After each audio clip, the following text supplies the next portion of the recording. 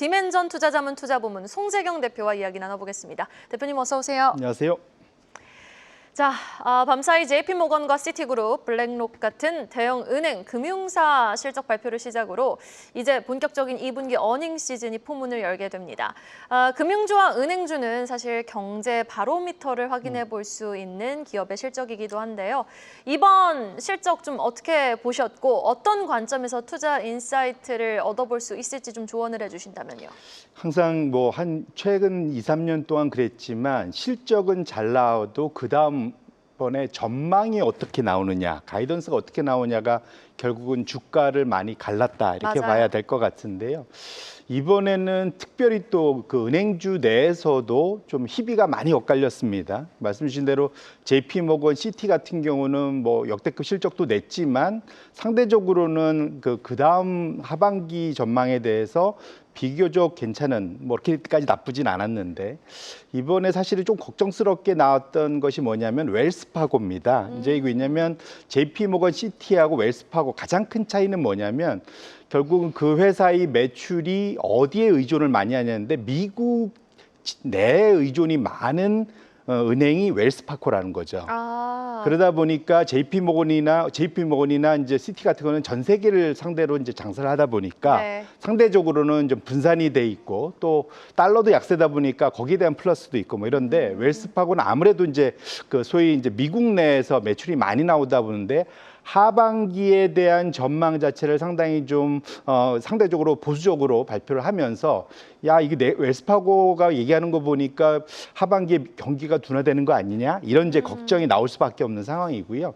이제 그러니까 내일 밤부터 다음 주 한 월화까지 실제로 우리가 미국 내의 경기를 볼 수 있는 대표적인 바로미터가 뭐냐면 미국의 지역은행들입니다. 그러니까 우리한테는 아직 낯설지만 상장돼 있는 지역은행들이 상당히 많거든요. 네. 왜냐면 뭐 우리 실리콘밸리 이런 거 들어봤었지 않습니까? 그래서 뭐 뉴욕에 있는 은행, 어디에 있는 은행, 그런 지역은행들이 참 많은데 그들이 발표하는 실적도 중요하지만 앞으로 하반기를 어떻게 보느냐가 결국은 미국 내의 소비, 투자 이런 것이 어떻게 진행되고 있는지를 알아볼 수 있을 것 같습니다. 또 사실은 얼마 간밤에 또 그 소위 베이지북도 나왔는데 썩 그렇게 밝지는 않았거든요. 이것과 연동을 해서 미국의 하반기 경기와 관련해서는 지역은행의 실적을 똑같이 챙겨보면서 과연 웰스파고가 줬던 경고와 같은 수준인지를 꼭 지켜보실 필요가 있겠다 이렇게 말씀드립니다. 자, 그렇다면 우리가 뭐 이제 슈퍼을이라고도 불러요. 이 ASML이 시장 기대를 웃도는 2분기 실적을 기록했는데 주가는 장중에 한 11% 급락을 하기도 했거든요. 왜냐하면 역시나 대표님이 말씀해 주셨던 것처럼 가이던스 때문이에요. 이 트럼프 관련 행정부 관세 정책에 대한 불확실성이 있어서 주가는 좀 하방 압력을 받았는데 이런 반도체 기업을 둘러싼 관세 노이즈 좀 중장기적으로 우리가 리스크 관리가 필요할까요? 말씀 주신 대로 상당히 좀 뭐랄까 좀 혼란스러운 상황에 있다. 분명한 거는 지금 ASML로 대표되는 반도체 장비주의 주가 흐름이 사실은 지난 1년간 썩 좋지 못했다는 네. 거. 그것이 이제 통상적으로 장비가 발주가 많아야 그걸 가지고 장사해서 하이닉스나 엔비디아 같은 데가 돈을 버는 이제 이런 구조지 않습니까? 근데 장비주가 실적이 1년간 부진했다는 얘기는 지금 당장은 돈 잘 벌고 있는 우리 종합 반도체 업체인 삼성전자나 SK 하이닉스 또 여기에다가 설계나 이런 HBM을 맡기는 엔비디아와 TSMC 이런 데들이 앞으로 지금은 좋지만 앞으로 어떻게 될 거냐 걱정이 생길 수밖에 없거든요. 그래서 차트를 한번 열어봐 주시면 확실하게 그 사이에 지난 1년간 정확히는 제가 왼쪽에 줄을 거놓은 것이 작년도 7월 8일 날 기억하시겠지만 엔캐리 트레이드 그 소위 폭풍이 있었던 그날입니다.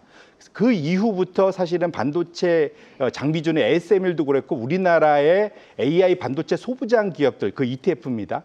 주가가 똑같이 움직였어요. 보시면은 결국은 장비주는 1년간 이런 표현을 했지만 죽을 썼는데 반면에 그 SK 하이닉스나 엔비디아나 TSMC, 소위 말하는 엔비디아 진영은 엄청나게 주가가 지금 우상향에서 다 같이 모여 있는 그런 상황인데 드디어 지금 골드만삭스 또 그 어저께 NH증권에서 투자 의견을 하향하면서 이게 이제 주가가 이제 SK 하이닉스가 빠졌다라는 거죠. 결론적으로는 지금의 상황을 놓고 보면은 당장은 지금 우리 SK 하이닉스나 엔비디아나 TSMC 오늘 뭐 지금 좀 그 TSMC도 5% 이상 올라가고 있던데 이것이 지속될지 여부에 상당한 변곡점이 와 있는 것만은 분명하다. 왜 그러냐면 SK 하이닉스가 과거 통상적으로 보면 실적이 당장은 좋은데 한 6개월 선행해서 주가가 먼저 꺾인다는 거죠. 그러니까 올해 하반기는 실적 누구도 SK 하이닉스 나빠진다고 생각하지 않습니다. 그쵸. 문제는 골드만삭스도 그렇고 NH도 그렇고 내년에 대한 걱정을 사실은 이제 투자 의견 하향의 이제 이유로 달았거든요. 그렇게 놓고 본다면 지금 상당히 좀 걱정스러운 상황인데 다만 이제 긍정적인 거는 두 가지 포인트가 하나 있습니다.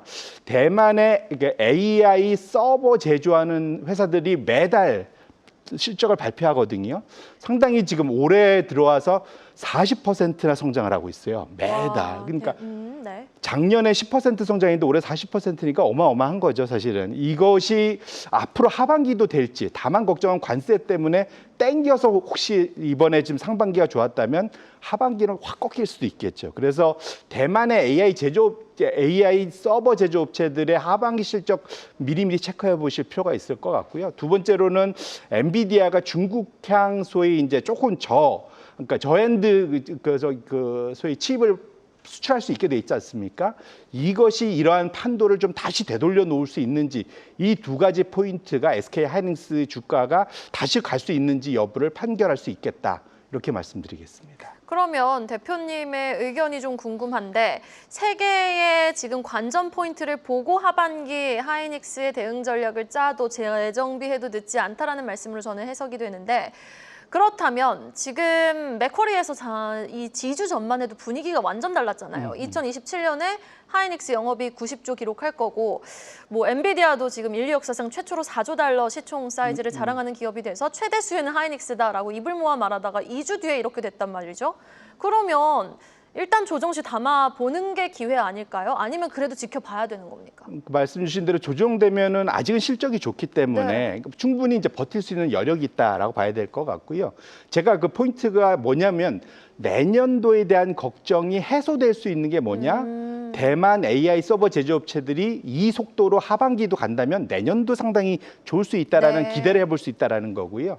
두 번째로 아까 말씀드린 대로 사실 엔비디아가 상당히 좀 고전한 것이 상반기에 중국향이 확 줄어서였잖아요. 근데 이것이 되살아난다면 SK 하이닉스 HBM에 대한 그러한 그 시장 점유율의 그런 기대 효과는 내년까지도 연결될 수 있기 때문에 그렇기 때문에 상당히 우리가 조금 더 자신감을 갖고 투자할 수 있다. 그래서 지금 당장은 이것이 상당히 좀 가변적이기 때문에 그걸 좀 지켜보면서 투자하되 적어도 올해 하반기의 실적과 관련해서는 SK 하이닉스에 대해서 큰 걱정은 없는 상황이기 때문에 여기서 오늘 정도 주가 정도 하락에서 일단은 멈추고 아마도 이제는 좀 상당히 기간 조정에 들어갈 가능성이 있지 않을까 저는 개인적으로 이렇게 판단하고 있습니다. 네, 알겠습니다. 오늘 또 하이닉스 때문에 걱정하시는 분들 많으실 것 같아서 또 추가적인 질문 드려봤습니다. 자, 이렇게 반도체뿐 아니라요. 다수의 기업들이 미국 관세 리스크에 본격적으로 노출이 되고 있는 상황입니다. 우리 기업도 지난주 삼성전자, LG전자를 시작으로 24일엔 SK하이닉스가 실적 발표 지금 앞두고 있는 상황인데요. 이번 실적 시즌 관심을 갖고 지켜봐야 할 한국 시장의 섹터와 미국 시장의 섹터를 좀 분류해 주신다면요. 근데 큰 그림에서는 상당히 비슷했었다. 뭐냐면 최근 3개월간 1등을 했던 업종들이 뭐냐면 둘 다 비슷했어요. 뭐냐면 미국은 기술주였고 뭐니 해도 그다음에 이제 산업재였습니다. 그 안에 보통 이제 원자력 관련된 거 뭐 이런 이제 전력 기술 관련된 이런 기업들이 좀 많이 들어 있다 보면 우리나라에는 순서는 바뀌었지만 산업재가 1등을 많이 했습니다. 지금 기계 업종, 전력과 관련된 뭐 이런데 그다음에 에너지 관련된 이 에너지에는 뭐 정유 근데 사실 지주사들이 좀 많이 들어 있어요. 그다음에 금융 우리는 이제 증권 보험 은행들이 상당히 이제 소위 저PBR을 넘는 상법 개정과 관련된 그러한 이제 수혜 종목으로 이제 이쪽이 많이 올라왔는데 결론적으로는 지금 이들의 소위 이제 하반기 랠리가 지속될 수 있는지 여부는 이번 실적 이 상당히 이제 하반기 전망과 더불어서 상당히 중요할 것 같고요. 특히 이제 우리나라 같은 경우는 국내 지수사 랠리가 지금 전반적으로 다 확산돼 있는 것 같아 보이지만 사실은 소수 대형 지주사들 위주로 좀 편중돼 있는 측면도 없지 않아 있습니다. 그래서 지금 PBR이 거의 6배, 3배 넘어가는 지금 지주사들도 좀 생겼거든요. 그래서 그렇게 보면 그 회사들의 이러한 PBR이 좀 소위 정당화될 수 있겠느냐. 사실 지주사는 싼 맛에 산 거였는데 네. 그런 측면을 놓고 보면 그 자회사들의 실적이 그 어느 때보다도 중요해졌다. 그래서 지금 상당히 최근에 상반기에 상당히 시세를 많이 낸 지주사를 갖고 계신 분들은 그 지주사가 갖고 있는 자회사들의 실적을 이번 실적 시즌에 꼼꼼히 좀 챙겨볼 필요가 있겠다. 그래야만 나의 그러한 좋은 수익률을 지켜낼 수 있겠다. 이렇게 말씀드립니다. 네, 알겠습니다. 미국은 기술주 중심에 그리고 한국은 지주사들의 이제 자회사들의 지주사의 그 자회사들의 실적에 좀 주목을 해볼 필요가 있다라고 정리해 주셨습니다. 자, 상호관세 발표 이후 격화된 무역전쟁 드라마가 기업 마진에 과연 영향을 미쳤을지 그리고 미쳤다면은 얼마나 미쳤을지 확인할 수 있는 사실상 첫 분기의 실적 발표가 되겠습니다. 이 재고를 미리 축적한 점 등을 고려하면 2분기에도 관세 영향은 그렇게 크게 나타나지 않았을 가능성도 있다라는 말도 나오고 있는데 이렇게 빠른 순환매 흐름이 나올 때 맞이한 2분기 실적 시즌 관전 포인트를 좀 제시해 주신다면요. 말씀드린 대로 관세 영향은 이번 실적에서는 2분기 실적에서는 아주 세게 나오지는 않을 것 네. 같아요. 이제 그 이유는 뭐냐면 미리 앞에 재고를 쌓았던 것을 가지고 내부적으로 소화한 것이 꽤 있기 때문에 그렇죠. 그래서 그 소위 관세 영향을 받은 소위 그 원가나 또 판가나 이런 것들은 3분기 실적에 좀 더 반영이 될 것이기 때문에 앞서도 말씀드렸지만 앞으로의 전망이 좀 더 중요하다 보셔야 될 것 같고요. 아마 당장 지금 그 소위 발표될 이번 주에 있을 때 미국의 소매 판매 그 다음에 CPI 안에서의 그런 변화의 움직임 이런 것들도 같이 판단하시면서 결국은 미국의 소비가 어떻게 가느냐가 상당히 좀 더 중요해진 시점인 것만은 분명하다 이렇게 말씀드립니다. 네, 알겠습니다. 여기까지 들어보도록 하겠습니다. 지금까지 디멘전 투자자문투자부문 송재경 대표와 함께했습니다. 대표님 고맙습니다. 네, 고맙습니다. 계속해서 다양한 경제 이슈를 알고 싶다면 구독과 좋아요, 알림 설정 부탁드립니다. AI 캐스터 권미정이었습니다.